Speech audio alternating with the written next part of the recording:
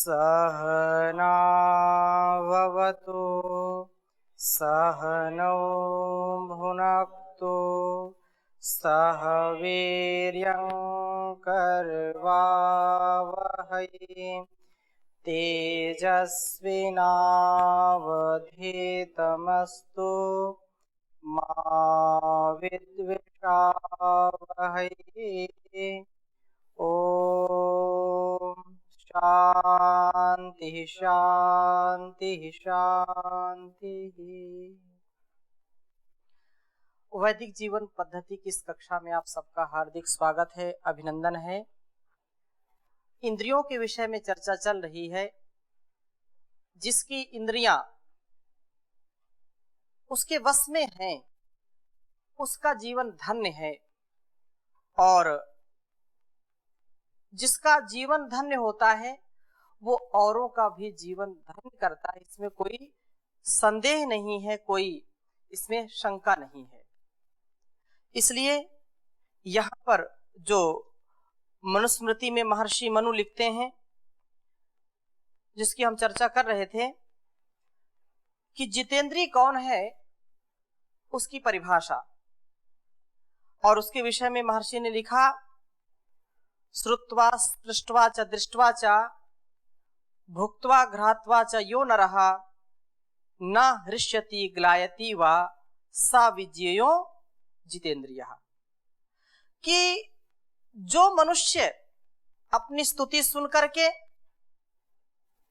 हर्ष नहीं करता और अपनी निंदा सुन करके शोक नहीं करता, स्पृष्ट्वा जो स्पृष्टवा अर्थात स्पर्श, अच्छा स्पर्श करके जो सुख को नहीं प्राप्त करता, अर्थात सुख के लिए वो अपना विशेष प्रयत्न जतलाता नहीं है, और दुष्ट जो है स्पर्श करके यदि शरीर को यदि वो अनुकूल नहीं है तो ऐसे स्पर्श को करके वो दुखी नहीं होता है।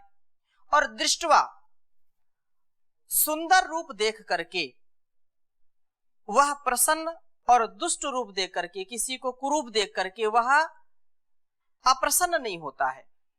ये जितेंद्रिय के लक्षण बता रहे हैं। भुक्त्वा उत्तम भोजन करके आनंदित और निकृष्ट भोजन करके दुखित नहीं होता है। घ्रात्वा न हृष्यति न ग्लायति, सुगंध में रुचि और दुर्गंध में अरुचि न करता हो, अर्थात उसके जो है उनके वशीभूत नहीं होता, जो उनके प्रभाव से जो प्रभावित नहीं होता है। इसका तात्पर्य नहीं कि उसको ज्ञान नहीं होता, ज्ञान होता है, लेकिन वो उससे ऊपर उठ जाता है। अपने इंद्रियों को संयमित करके उनके प्रभाव से न दुखी होता है और न विशेष सुखी होता है। इसलिए ऐसा जो जितेंद्रिय है वही विज्ञेयो, उसी को जितेंद्रिय समझना चाहिए, जितेंद्रिय मानना चाहिए। ये विशेष बात यहाँ पर कही है। आगे महर्षि मनु कह रहे हैं कि यदि एक भी इंद्रिय हमारी असंयमित होती है, या एक भी इंद्रिय के असंयम से, एक भी इंद्रिय के विषय में हम प्रमाद करते हैं, वह असंयमित है, तो उससे प्रज्ञा हानि होती है। उससे क्या होती है? प्रज्ञा हानि होती है। और उसके विषय में बहुत अच्छी बात यहां पर कही है, उच्चारण करेंगे। इंद्रियाणाम तु सर्वेषां यद्येकं क्षरति इंद्रियं तेनास्ते क्षरति प्रज्ञा धृतेः पात्रादिबोधकम्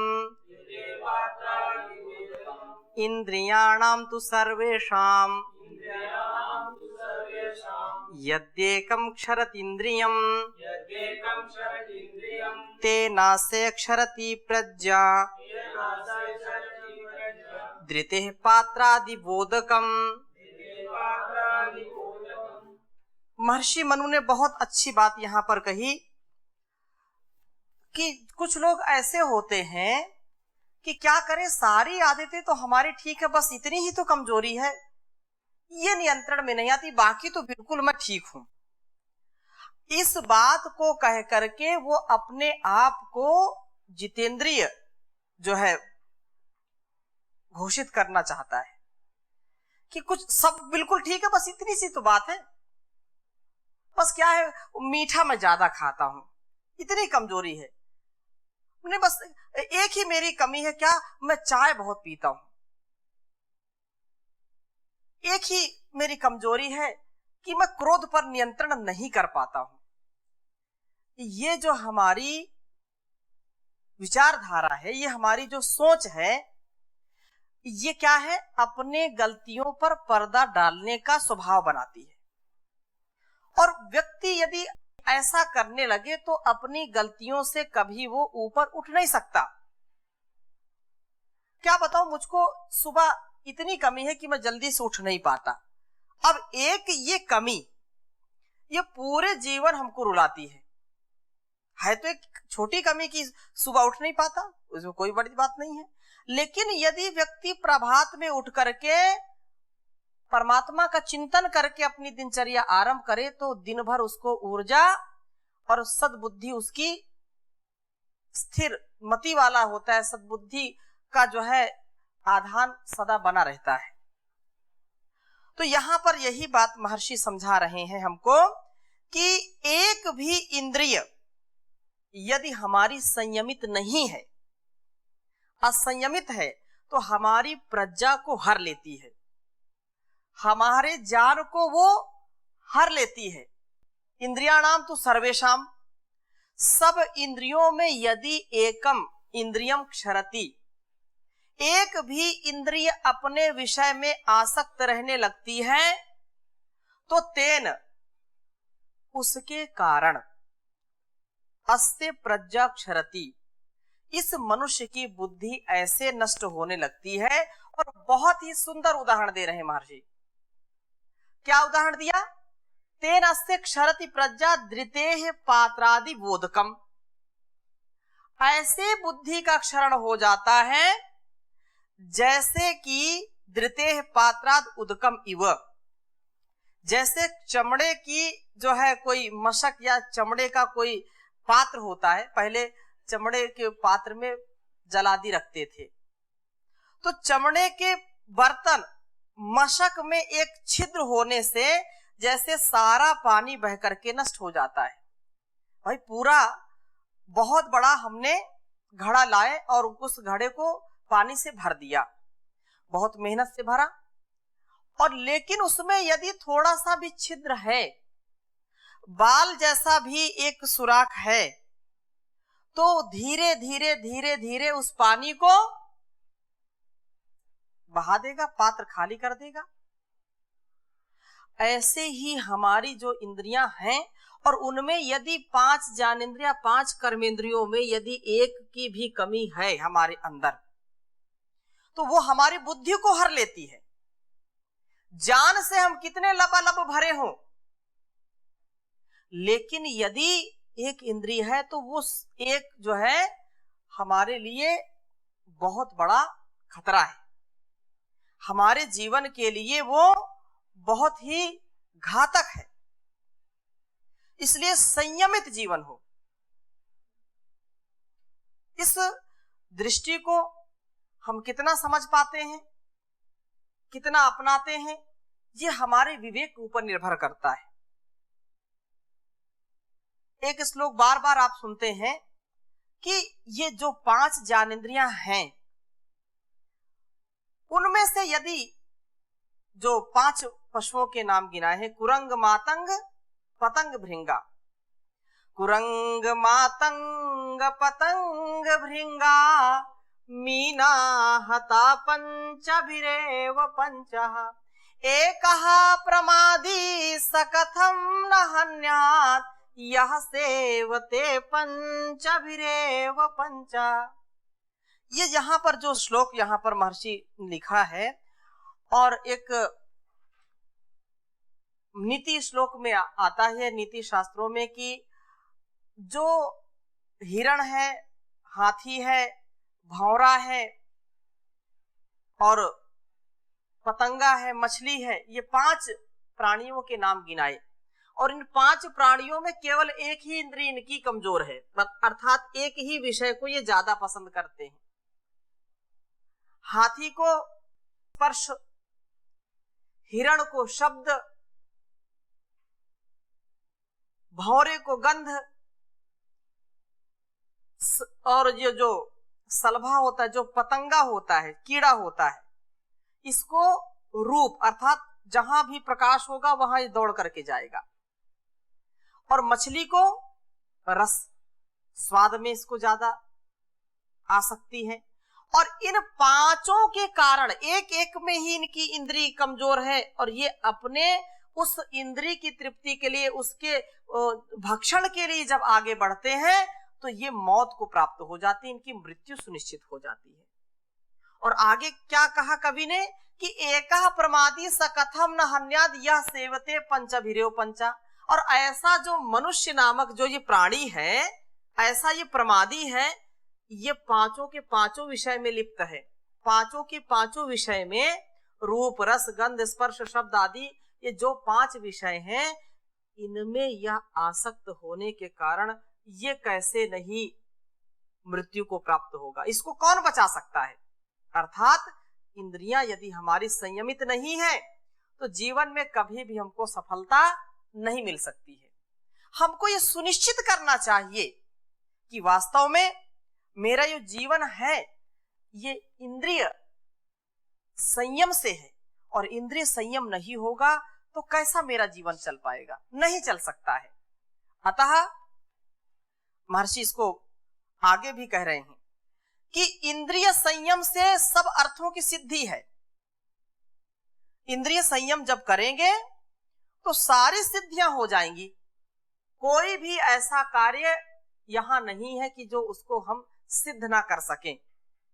और उसके संदर्भ में एक श्लोक हमारे बीच में है, हम इसको समझने का प्रयास करेंगे कि जहां पर जैसे इंद्रियों का जो विषयों के प्रति झुकाव है और एक भी इंद्रिय यदि इसमें कमजोर है, संयम नहीं है, तो वो पतन का कारण बन जाता है, बुद्धि का नाश कर देता है।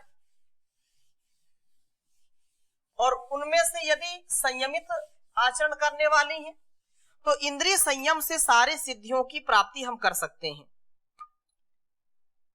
लिख लीजिए, वशे कृत्वेन्द्रिय ग्रामम संयम च मनस्तथा।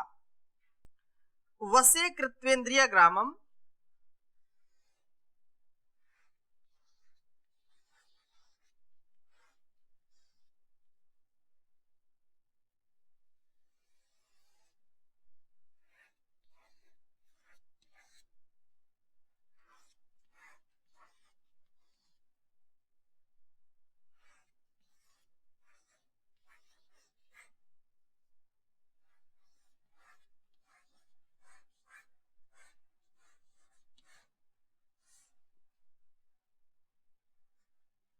वशे कृत्वेन्द्रिय ग्रामम संयम्य च मनसस्तथा। संयम्य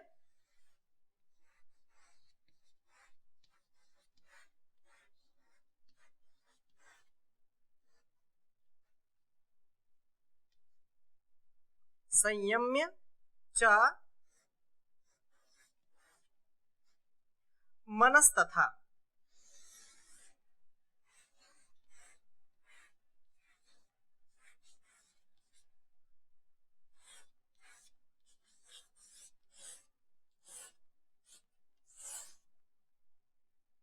मनस्तथा।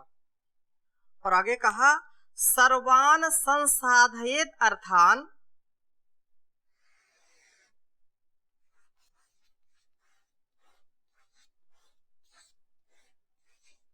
सर्वान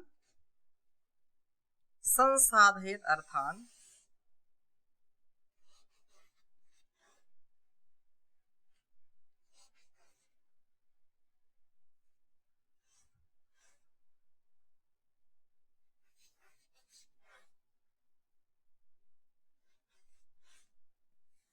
सर्वान् संसाधयेत् अर्थान्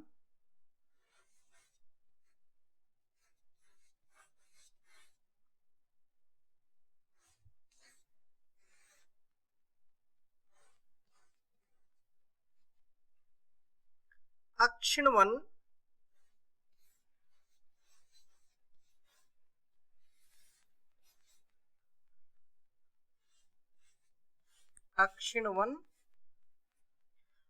योगतस्तनुम्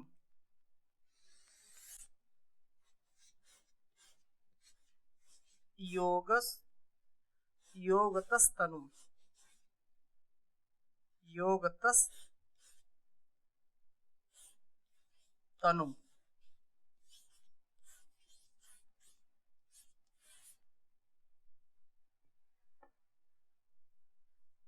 कहा वसे कृत्वेन्द्रियाग्रामम् संयम्य च मनस्तथा सर्वान् संसाधयेत् अर्थान् अक्षिण्वन् योगस्तनुम् वसे कृत्वेन्द्रियाग्रामम्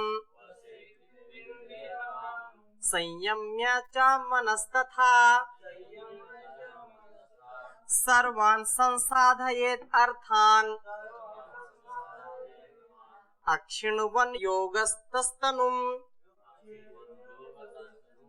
तो ये बात यहाँ पर समझनी चाहिए हमको कि जो 5 कर्मेंद्रिय और 5 ज्ञानेंद्रियां हैं, इन 5 कर्मेंद्रियों और 5 ज्ञानेंद्रियों अर्थात 10 इंद्रियों के समूह को संयम में, इसको नियंत्रित करके, इसको नियंत्रण में ले करके सर्वान संयम च मन, और मन 11वां है, जो 11वें मन को वसे कृत्वा, वश में करके योगतः तनुम अक्षिण्वन्, योगतः अर्थात योगाभ्यास में इस प्रकार संलग्न रहे कि उससे शरीर में क्षीणता और हानि न हो, तथा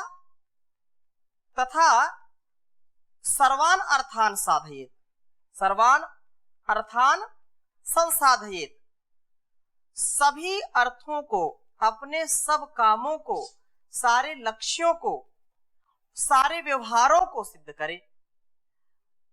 कहने का आशय ये है कि हमारी जो कर्मेंद्रियां हैं और जो हमारी ज्ञानेंद्रियां हैं, ये 10 इंद्रियों को और 11वें मन को हम जब संयमित करते हैं, उसका संयमन करते हैं, तो सर्वान संसाधित अर्थान, तो व्यक्ति की जो 11 इंद्रियां यदि वश में आ गई, तो ऐसे व्यक्ति दुनिया में संसाधित कर्म, सारे कर्मों को, सारे जो उसके अनुष्ठान हैं, उनको वो करे योगस्थ होकर के, योग में आरूढ़ होकर के, योगाभ्यास में इस प्रकार से संलग्न रहे कि उससे सारे जो है हमारे मनोरथ हैं, उन सारे मनोरथों को हम पूरा कर सकते हैं।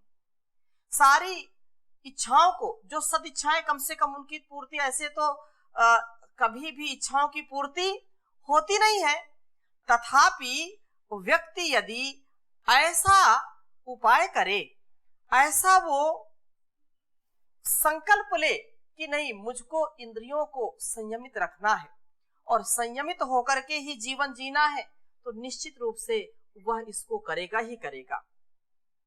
ये एक दिन का कार्य नहीं है, वो सदा उसमें लगा रहे, श्रद्धा से, भक्ति से, सतु दीर्घ काल नैरंतर सत्कारा सेविता दृढ़ भूमि, वो तभी उसकी दृढ़ भूमि होगी, तभी उसको उसकी सफलता मिलेगी जब वो लगा रहे। महर्षि देव दयानंद जी इस पर लिख रहे हैं सत्यार्थ प्रकाश के 10वें समुल्लास में, इसी को कह रहे हैं कि ब्रह्मचारी पुरुष सब इंद्रियों को वश में कर और आत्मा के साथ मन को संयुक्त करके योगा अभ्यास से शरीर को किंचित किंचित पीड़ा देता हुआ, अर्थात द्वंद्व सहनम तपः, सर्दी, गर्मी, भूख, प्यास, सुख, दुख, मान, अपमान, इनमें थोड़ा थोड़ा सहन करके अपने सामर्थ्य को बढ़ाए। अपने सामर्थ्य को जो है बढ़ाता हुआ किंचित किंचित शरीर को पीड़ा देता हुआ सब प्रयोजनों को सिद्ध करे। कुछ लोग ऐसे होते हैं कि शरीर को पीड़ा देना नहीं चाहते हैं, उनके शरीर में कुछ पुरुषार्थ करने का सामर्थ्य तो होता है, लेकिन अपने शरीर को इतना आलसी बना लेते हैं कि अरे कौन ये काम करे, कौन ये योगाभ्यास करे, और योगाभ्यास नहीं करेंगे तो फिर बाद में बीमारियों से मरेंगे, रोगों से जकड़ जाएंगे, चाहे मानसिक रोग हो या शारीरिक रोग हो। तो ऐसी स्थिति में हमको ये विशेष रूप से ध्यान देना चाहिए कि अपने संयमित जीवन को जीते हुए हम दूसरों को भी संयमित करने का प्रयास करें, क्योंकि इंद्रियों का जो वैभव है, इंद्रियों की जो गुलामी है, वो हमको किसी भी स्तर से सुख नहीं दे सकती है, दुख ही मिलेगा। लेकिन हमको लगता है ये तो बड़ा सुख है,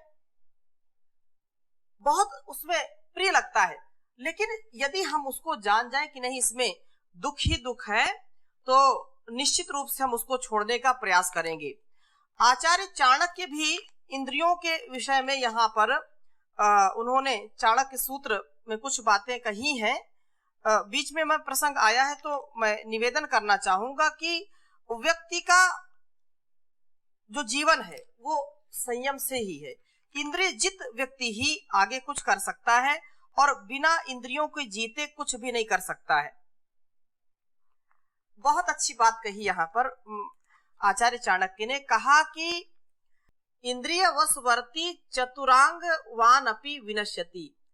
इंद्रिय वशवर्ती अर्थात इंद्रिय वशवर्ती का मतलब यह है कि जो इंद्रियों के वश में है, हमको क्या करना है, इंद्रियों को अपने वश में करना है।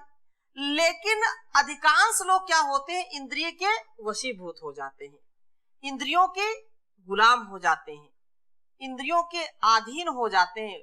और कहा कि पराधीन सपने सुख नहीं, उसको सपने में भी कभी सुख नहीं मिल सकता जो पराधीन हो जाता है। जो अपने आप में स्थित नहीं होता है वो पराधीन व्यक्ति कभी सपने में भी सुख नहीं पा सकता है। तो यहाँ पर आचार्य भी लिख रहे हैं कि जिसकी इंद्रियां वश में नहीं है, उसकी चतुरांगनी सेना भी यदि है, ये सूत्र है छोटा सा, आप इसको लिख लीजिए। कह रहे हैं कि इंद्रिय वशवर्ती,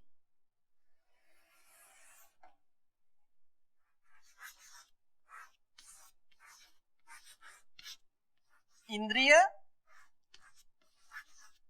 वशवर्ती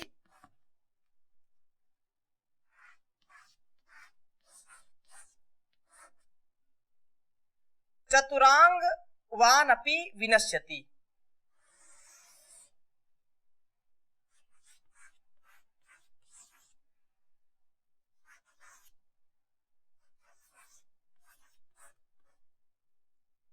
चतुरांगवान अपि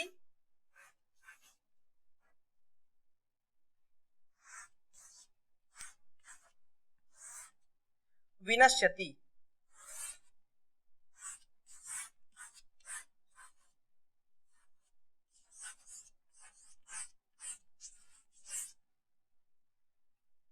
नीचे लिख देता हूं उसको छोटा सा।